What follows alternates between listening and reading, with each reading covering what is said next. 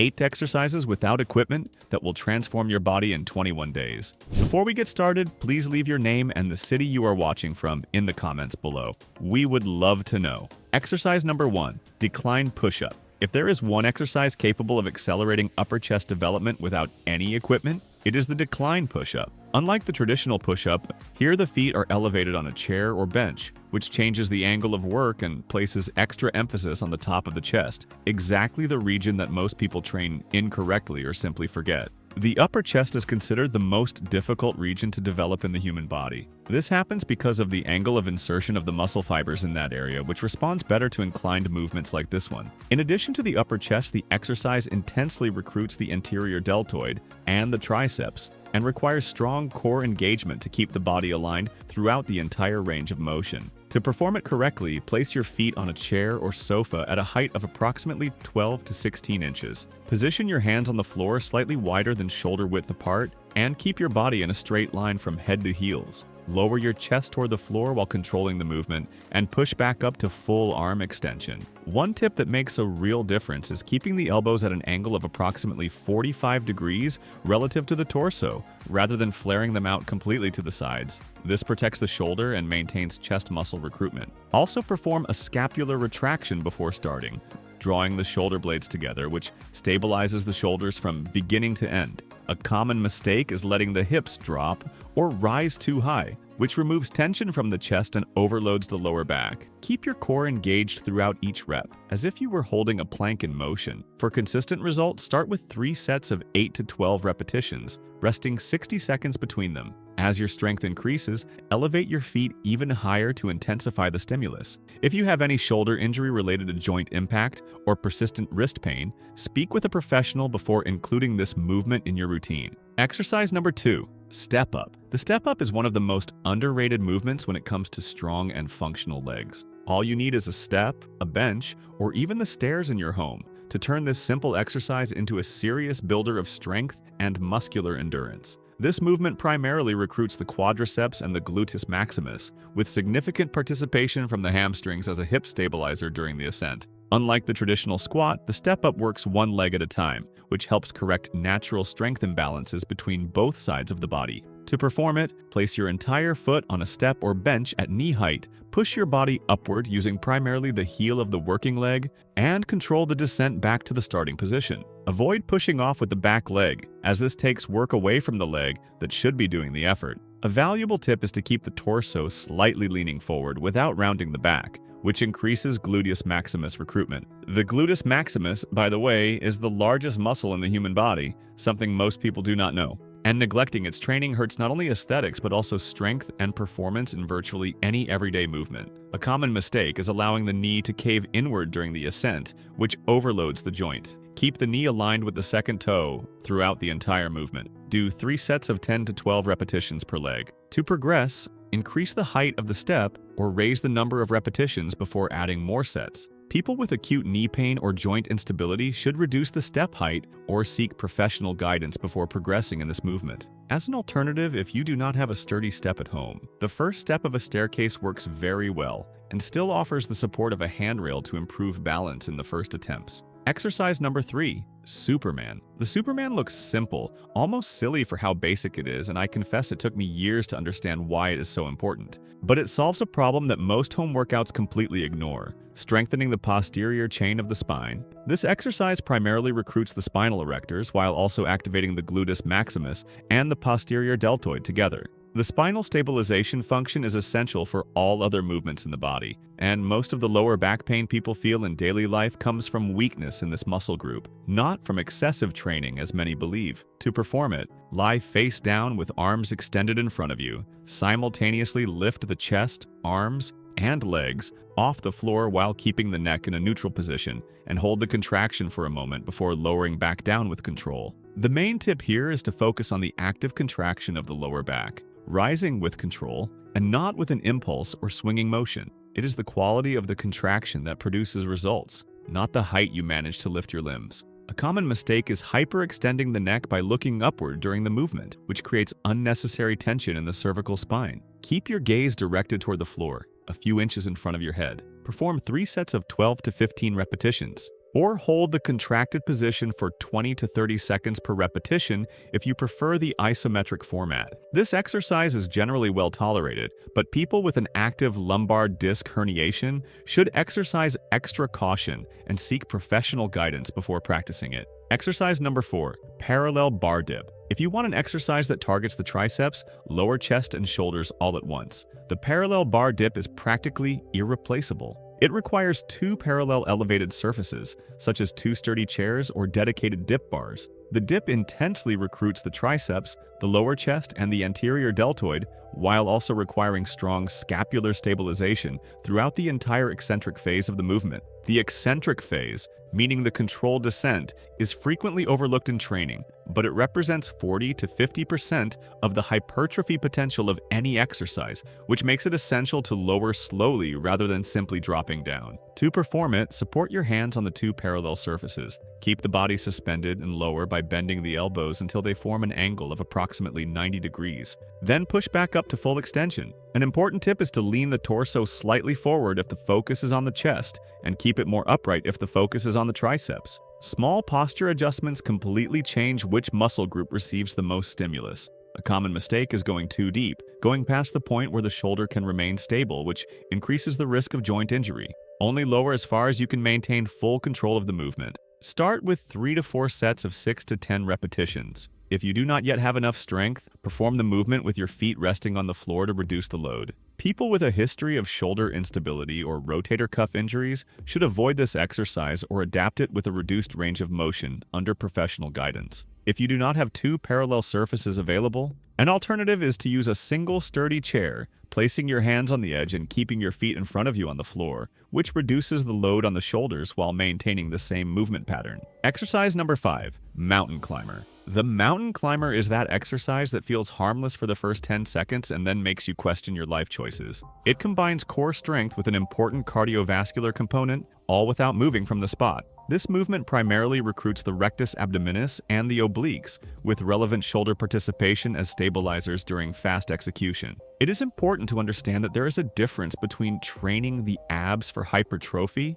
which strengthens and develops the muscle, and the visible definition of them, which depends mostly on diet and body fat percentage, not just the volume of exercises performed. To perform it, get into a high plank position with arms extended, and bring your knees alternately toward your chest in a quick and controlled manner, keeping the hips stable throughout the entire movement. The essential tip is to keep the hips low and aligned with the shoulders. When the hips rise too high, the core stops working, and the exercise loses much of its effectiveness. A common mistake is letting the body sway from side to side, which usually happens when the pace is too fast for the current level of control. Slow down until you can maintain stability. Do 3 sets of 30 to 45 seconds of continuous work, with 30 seconds of rest between them. People with wrist pain or recent shoulder injuries should adapt the exercise by resting their forearms on the floor instead of their hands. Exercise number 6, Bulgarian split squat. The Bulgarian split squat has a reputation as the villain among those who train at home.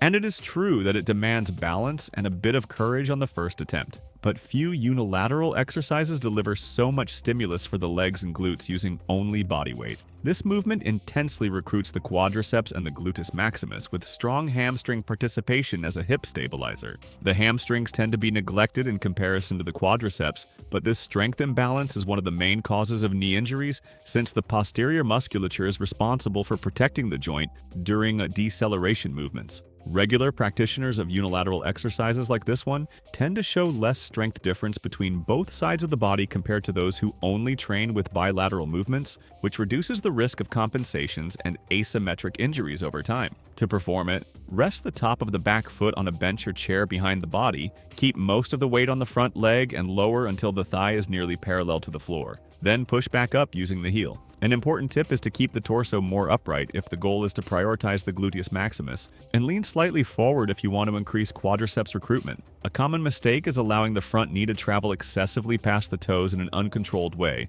or letting it cave inward, which compromises joint stability. Do 3 sets of 8 to 10 repetitions per leg. To progress, increase the repetitions before adding extra load with whatever you have available at home. People with knee instability or chronic joint pain should reduce the range of motion and seek professional guidance before progressing. Exercise number 7, pull-up. The pull-up is, for many people, the exercise that separates those who truly train for strength from those who simply move around. And that is no exaggeration. It is one of the best indicators of relative strength that exists, since it requires moving your own body weight against gravity using the back and arms. This exercise primarily recruits the latissimus dorsi and the biceps, with the spinal erectors acting as stabilizers throughout the entire execution. Regular pull-up practitioners tend to show significantly greater back development compared to those who only train with pushing exercises, such as push-ups. To perform it, grip the bar with a pronated grip, slightly wider than shoulder width apart. Pull your body up until your chin clears the bar and lower back down, while controlling the entire eccentric phase of the movement. One tip that accelerates progress is to focus precisely on that controlled lowering, even if you cannot yet complete a full repetition. Lowering slowly from an elevated position already generates significant strength adaptation over time. A common mistake is using leg momentum or body swinging to complete the repetition, which reduces real muscle recruitment and can overload the shoulders. If you cannot yet perform full repetitions, start with 3 to 4 sets of the controlled lowering phase, taking 5 to 8 seconds each. Once you can pull your full body up, progress to 3 sets to failure. People with shoulder pain related to joint impact should reduce the range of motion or seek professional guidance before progressing in this exercise. Exercise number 8, glute bridge march. The glute bridge march takes an already well-known exercise, the traditional glute bridge, and adds a stability component that multiplies the challenge for the hip stabilizers. It is easy to learn but far from easy to master with good technique.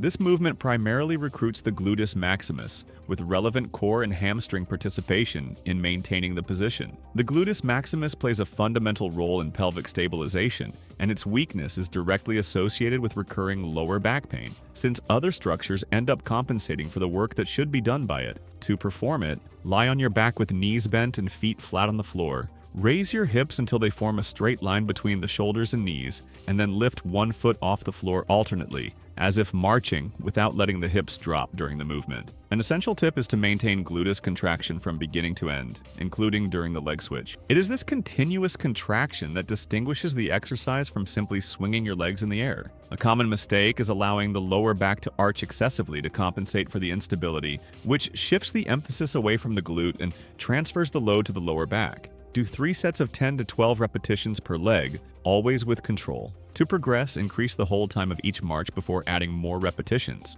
People with acute lower back pain should reduce the range of motion and prioritize the traditional bridge before advancing to the marching variation. If the march is too unstable at first, an alternative is to reduce the height of the foot lift, raising it just a few inches off the ground, until hip control is consistent throughout all repetitions. You made it this far, and that already shows you are more committed than most people. Now let us move on to the 2 bonus exercises that close this list on a high note.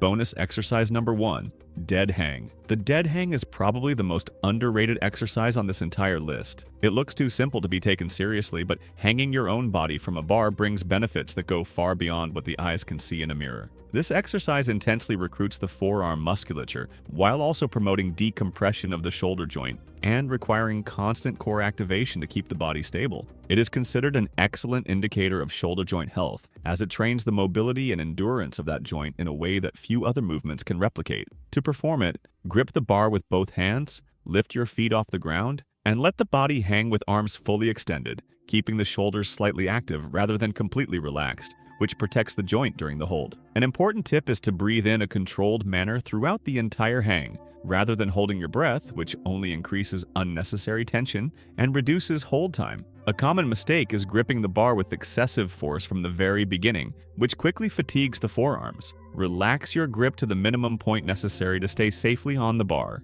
Start with 3 sets of 20 to 40 seconds, progressively increasing the time as the forearms and shoulders adapt to supporting body weight. People with a history of shoulder subluxation or recent joint injuries should seek professional guidance before including this exercise in their routine. Bonus exercise number 2, lunge. Closing the list with a classic that never goes out of style, the lunge is one of the most complete movements for training legs using only body weight, and it also develops balance and proprioception with every repetition. This exercise recruits the quadriceps, the gluteus maximus, and the hamstrings in a balanced way, which makes it one of the few movements capable of working virtually the entire anterior and posterior chain of the leg in a single motion. To perform it, step forward. Lower your body until both knees form an angle of approximately 90 degrees without the front knee traveling too far past the toes, and return by pushing through the heel back to the starting position. A valuable tip is to keep the torso upright throughout the entire movement, resisting the temptation to lean forward,